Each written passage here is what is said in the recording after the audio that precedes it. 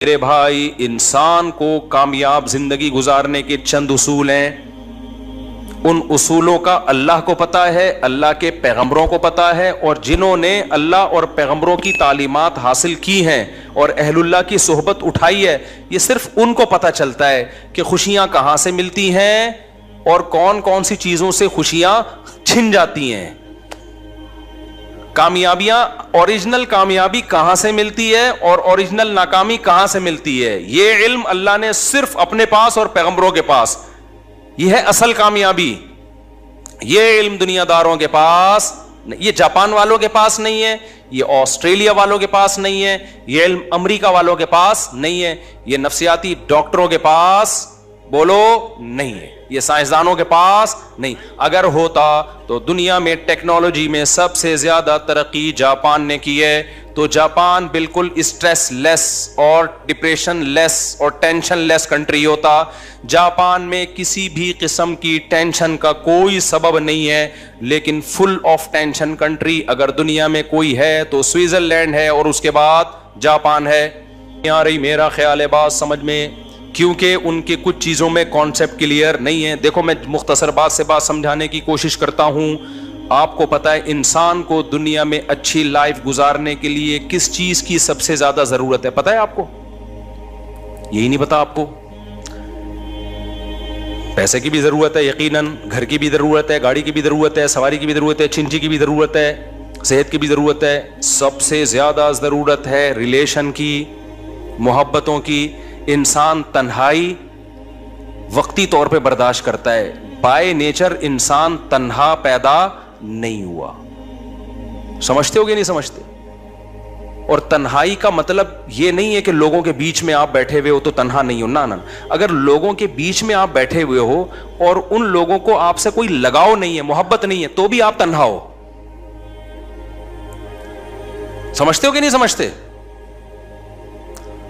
تنہا آدمی جو ہے نا، جس سے کوئی محبت نہ کرے، چاہے وہ مرد ہو یا عورت، وہ برباد ہو جاتا ہے. یہ محبت صرف ان لوگوں کو ملتی ہے جو اللہ اور رسول سے محبت کرتے ہیں، یہ مذہب پہ چلتے ہیں. جو قومیں مذہب پہ چلتی ہیں ان میں بھی ہو جاتی ہے، جو نہیں چلتی، جو اللہ کو ڈکشنری سے نکال دینا، وہ تنہا رہ جاتے ہیں. کیونکہ اللہ کو آپ نے بیچ سے نکال دیا، آخرت کو، جنت جہنم کو نکال دیا. اصل میں تو اللہ کو نکالو گے تو یہ ساری چیزیں آٹومیٹیکلی نکل جائیں گی. تو پھر انسان مادہ پرست بن جاتا ہے. پھر انسان کیا بن جاتا ہے؟ پھر مادہ ہی اس کا خدا ہے. اور جب مادہ خدا ہے نا، تو آپ کا ریلیشن اتنا اس وقت تک ہوگا جب تک آپ کے اس سے مادی فائدے ہیں. جب فائدے نہیں ہیں تو ریلیشن گیا تیل لینے. تو پھر یہ مادی حیات بن جائے گی، یہ محبتوں والی زندگی نہیں بنے گی. دیکھو آدم علیہ السلام جنت میں تھے اکیلے، تو کیا سوئٹزرلینڈ جیسی لگژری، اس سے بھی اچھی لگژری لائف نہیں ملی ہوگی آدم علیہ السلام کو؟ میں اس سوال کا جواب دے رہا ہوں کہ سوئٹزرلینڈ میں اتنی خودکشیاں کیوں ہو رہی ہیں؟ پتہ ہے آپ کو کیوں ہو رہی ہیں؟ پہلے تو بتا دوں، اتنی ہو رہی ہیں کہ انہوں نے اس کو لیگل کر دیا ہے. سوئٹزرلینڈ میں ونس اپون اے ٹائم، ابے ہر آدمی کا خواب ہے نا سوئٹزرلینڈ جانے کا. کیا ہو گیا بھائی؟ ادھر توجہ، کیمرے کو نہ دیکھو. ہر آدمی کا خواب ہے یا نہیں ہے؟ بولو نا. سوئٹزرلینڈ میں اگر آپ کو ابھی گھر مل جائے، 1 منٹ بھی انڈا موڑ پہ رہو گے؟ یار سوئٹزرلینڈ، یار سوئس بینک میں اکاؤنٹ اور نیشنلٹی مل جائے تو پھر آپ کہو گے اب جنت میں جانے کی ضرورت ہی نہیں ہے. لیکن جو لوگ سوئٹزرلینڈ کی جنت میں رہتے ہیں، آج سے چند سال پہلے اتنی زیادہ خودکشیاں کر کے مرتے تھے کہ گورنمنٹ نے پہلے کہا کہ بھئی یہ اللیگل ہے، خودکشیوں سے لوگوں کو روکو. لوگوں نے کہا جب اللیگل ہے تو مرنے کے بعد سزا ملے گی نا. کیا خیال ہے؟ یہ ایسی چیز ہے جس کو روکنا، قانون کے ذریعے روکنا ممکن نہیں ہے. ارے بھائی زیادہ زیادہ اس سزا پہ ہم کیا کر سکتے ہیں؟ پھانسی.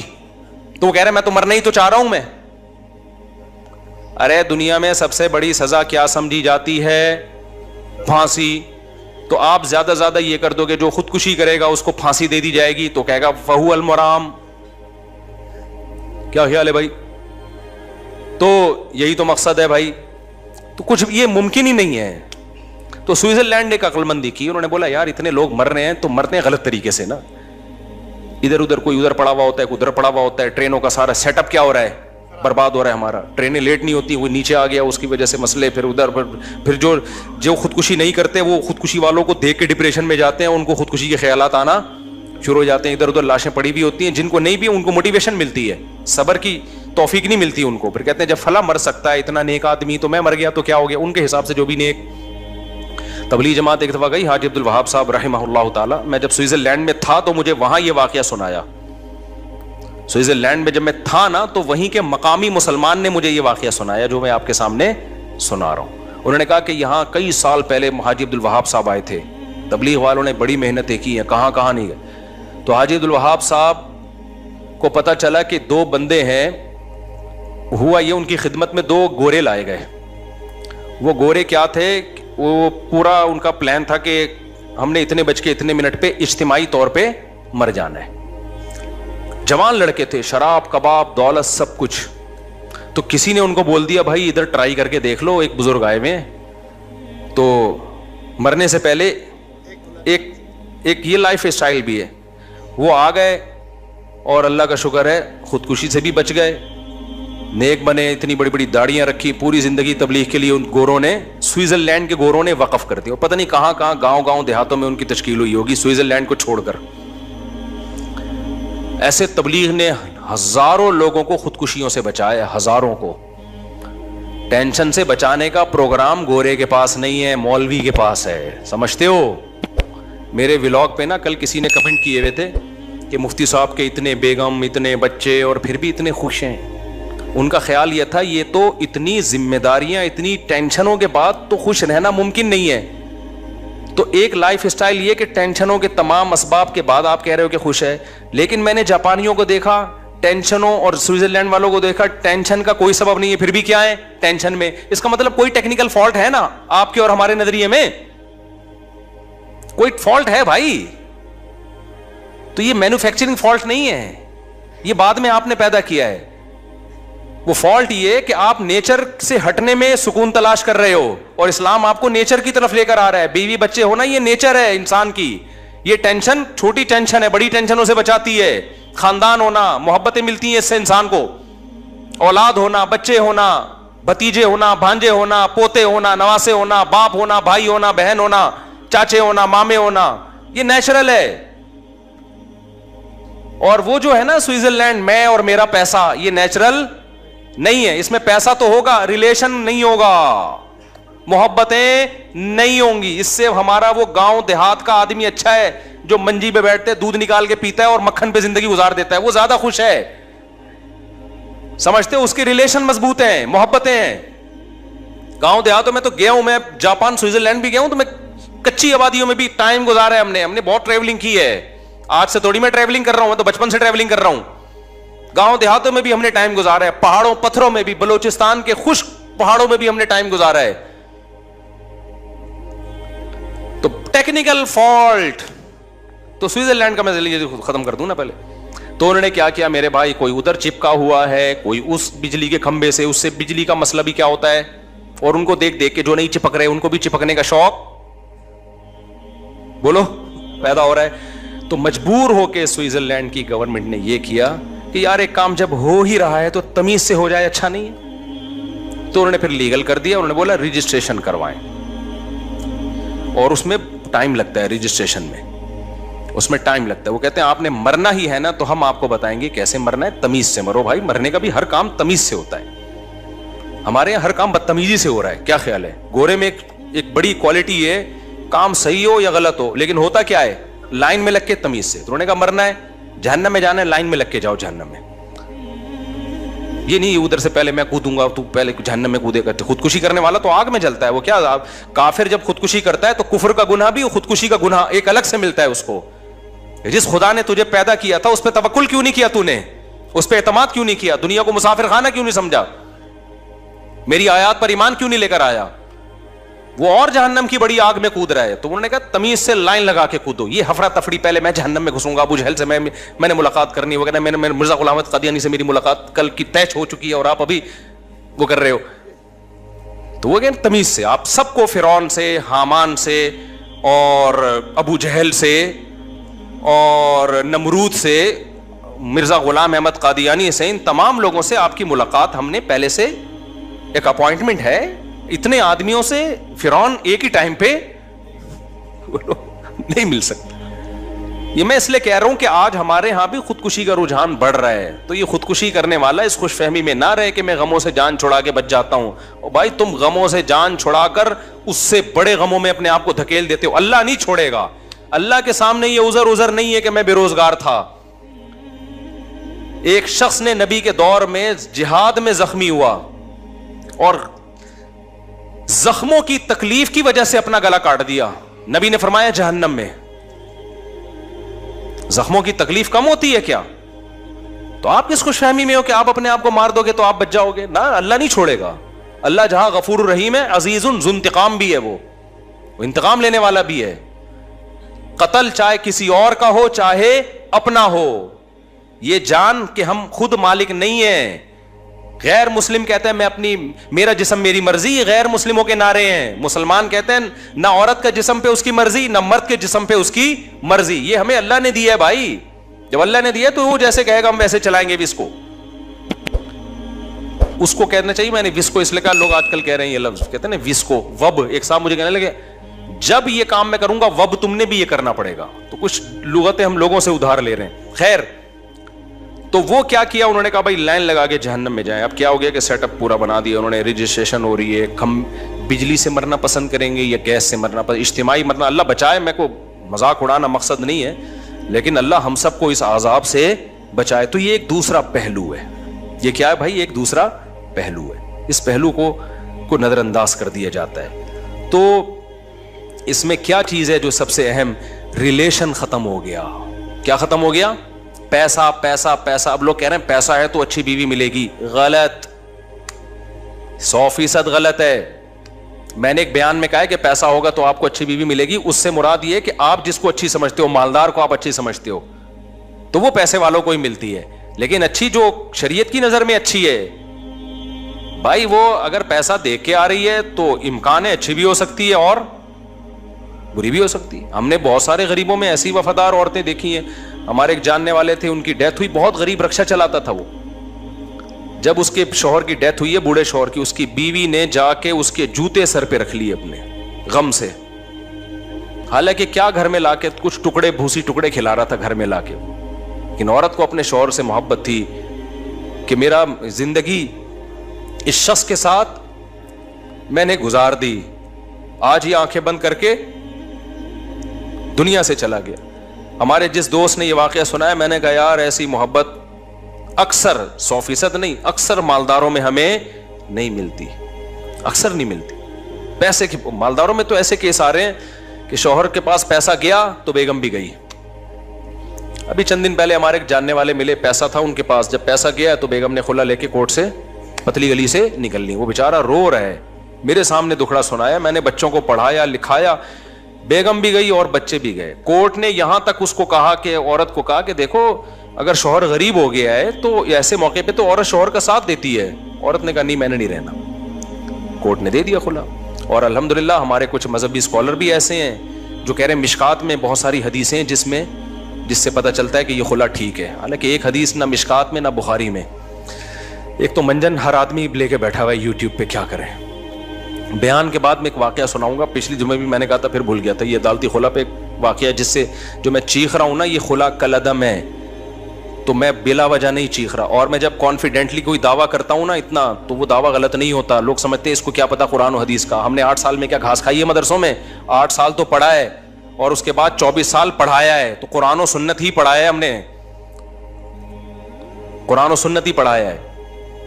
تو میں جو دعویٰ کرتا ہوں نا کہ عامل 2 نمبر ہوتے ہیں, تو اس کا تو علم دین سے تعلق نہیں ہے, اس کا تو تعلق ہے مشاہدے سے. ایک بات, 3 طلاقیں 3 ہی ہوتی ہیں. تو میرے خلاف بہت سارے لوگوں نے کلپ بنائے کہ یہ بڑے بڑے دعوے کر دیتا ہے اور غلط ہے. تو وہ جب میں نے دعویٰ کیا ہے نا, تو وہ ایسے ہی دعویٰ نہیں کیا, اس کے پیچھے دلائل کی ایک مضبوط طاقت ہے. کوئی بیٹھے سامنے تو بتائیں گے ہم آپ کو, اور آپ جو الٹ پٹانگ دلائل دے رہے ہیں ان کی پول پٹیاں بھی کھولیں گے ہم. صحابہ تابعین میں یہ مسئلہ اجماعی تھا, یہ بعد میں اختلاف پیدا کیا گیا ہے. اور اجماعی مسئلے قطعی ہوتے ہیں, ان میں کسی سے فتویٰ لینا جائز نہیں ہوتا. کوئی بھی اہل حدیث اگر 3 طلاق کو ایک کہتا ہے بیوی حلال نہیں ہوگی, یہ میں کانفیڈنٹلی کہہ رہا ہوں, میں مذاق نہیں کر رہا, سمجھ رہے ہو. اور تیسری بات, یہ جو عدالت کے خلے آج کل چل رہے ہیں, اس میں کچھ خلا صحیح بھی ہوتے ہیں جہاں شوہر ظالم ہو اور ثبوت سے ثابت ہو جائے. اور شوہر ایک خاص نوعیت کا ظلم, تھوڑا بہت اونچ نیچ تو ہر گھر میں ہوتی ہے, لیکن جو یہ قانون ہے کہ عورت اپنی مرضی سے جب چاہے طلاق لے سکتی ہے، تو یہ آپشن مرد کے پاس ہے کہ وہ طلاق دے سکتا ہے. اس کو بھی منع کیا گیا بلا وجہ نہ دے، لیکن دے دے گا تو ہو جائے گی. عورت کے پاس اللہ نے طلاق کا حق نہیں دیا. خلا ایگریمنٹ ہے، میاں بیوی کی رضامندی سے ہوتا ہے، شوہر راضی ہوگا تو ہوگا. ہاں فسخ نکاح، عدالت بعض دفعہ فسخ کر سکتی ہے نکاح کو، لیکن وہ چند کنڈیشن میں کر سکتی ہے، چند کنڈیشن میں. یہاں لوگ کہتے ہیں یہ فقہ حنفی ہم پہ تھوپ رہے ہیں. میں حنفی فقہ میں تو ہے ہی نہیں، بہت سخت شرائط ہیں. ہم تو امام شافعی، امام احمد حنبل کے بھی فقہ کو فالو کر لیتے ہیں اس مسئلے میں کہ چلو عورت کو کسی طرح بہت براڈ مائنڈیڈ کر کے ہم کہہ رہے ہیں، ہم اس پہ بھی فتویٰ دے دیتے ہیں. لیکن جو آج کل عدالتوں میں سیٹ اپ چل رہا ہے کہ عورت گئی مجھے ہر قیمت پہ خلا چاہیے، اور شوہر میں کوئی معتد بھی کوئی قابل ذکر ظلم نہ بھی ہو، نہ وہ ثابت کرے اس کو اور عدالت پکڑا دے. قانون تو یہی ہے کہ عورت اگر نہیں رہنا چاہتی اس کے پاس یہ آپشن ہے، جبکہ شریعت کہتی ہے عورت کے پاس نہ رہنے کا آپشن نہیں ہے. اس کی مرضی کے بغیر نکاح تو نہیں ہوگا، لیکن ختم اس کی مرضی نہیں، ختم شوہر کی مرضی سے ہوگا. اب آپ کو اس پہ اسلام اچھا لگے برا لگے آپ کی مرضی، آپ چھوڑ دو اسلام کو بھائی، چلے جاؤ سوئٹزرلینڈ، آپ چلے جاؤ جاپان اسلام چھوڑ کے، تو ان کا حال دیکھو کیا ہوا ہے. اس میں حکمت کیا ہے کہ عورت کو شریعت نے پابند کیوں کیا ہے؟ یہ حکمتوں پر میں کئی بار بیان کر چکا ہوں. یہ عورت کے فائدے کے لیے، کیونکہ اگر اس کے اگینسٹ چلیں گے نا عورت کا بیڑا غرق ہو جائے گا. اس میں کیا ہے وہ تفصیل سے میں بیان کر چکا ہوں، ابھی میں وہ ٹاپک نہیں چھیڑوں گا. لیکن ابھی تو یہ بتانا مقصد ہے کہ یہ جو آج کل کے نئے نئے اسکالر آ رہے ہیں نا کہ نہیں جی عدالتی خلا عورت جب جائے تو لے سکتی ہے، جج سمجھتا ہے کہ یہ نہیں رہ سکتی ایکچولی تو چھوڑ دو اس کو. یہ جج اپنی بیوی کو چھوڑ سکتا ہے، دوسروں کی بیویوں کو چھوڑنے کا جج کے پاس کوئی رائٹ نہیں ہے. اب میری بات خواتین کو بری لگتی ہے تو وہ میرے خلاف بولتی ہیں. بھائی میرے خلاف نہیں بولو، اللہ رسول کے خلاف بولو. میرے خیال میں تو قرآن بیان کر رہا ہوں. لوگ کہتے ہیں کہ وہ فلانے اسکالر نے حدیث نمبر پیش کی ہے، اس میں تو لکھا ہوا ہے خلا عورت خود بھی لے سکتی ہے، فلانے وہ نمبروں سے متاثر کر رہے ہیں. میرے بھائی آپ کو اس حدیث کا ترجمہ پڑھ لو تو پتہ چل جائے گا، کیونکہ ان کم بختوں کو ترجمے بھی نہیں آتے، ترجمے بھی غلط کر رہے ہوتے ہیں بہت دفعہ. عربی تو آتی نہیں ہے ان لوگوں کو بیچاروں کو. تو کوئی ایسی حدیث نہیں ہے جس میں ہوتا ہے کہ جج کے پاس رائٹ ہے کہ وہ جب چاہے عورت کو خلا دے سکتا ہے جب بھی عورت جائے گی. ایسے کوئی حدیث نہیں ہے. اسلام میں عورت باؤنڈ ہوتی ہے، سمجھ رہے ہیں؟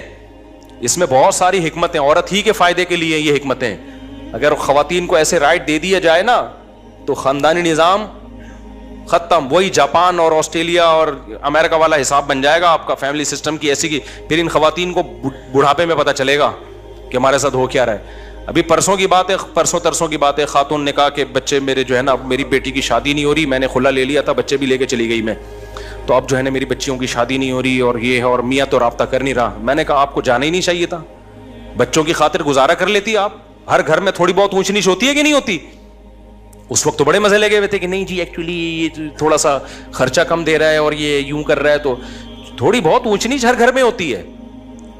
بچے بھی چھین لیے، وہ مرد نے پھر بچے چھوڑ دیے تو اس نے کہا میرا ان سے کوئی تعلق. وہ بیچارے نے پہلے تو کوشش کی، نہیں ملے تو اس نے کہا جاؤ پھر. اب جب بچیاں بڑی ہوتی ہیں تو یہ مائیں کیا ہوتی ہیں؟ پریشان. بچیوں کو تحفظ باپ کا کام ہے.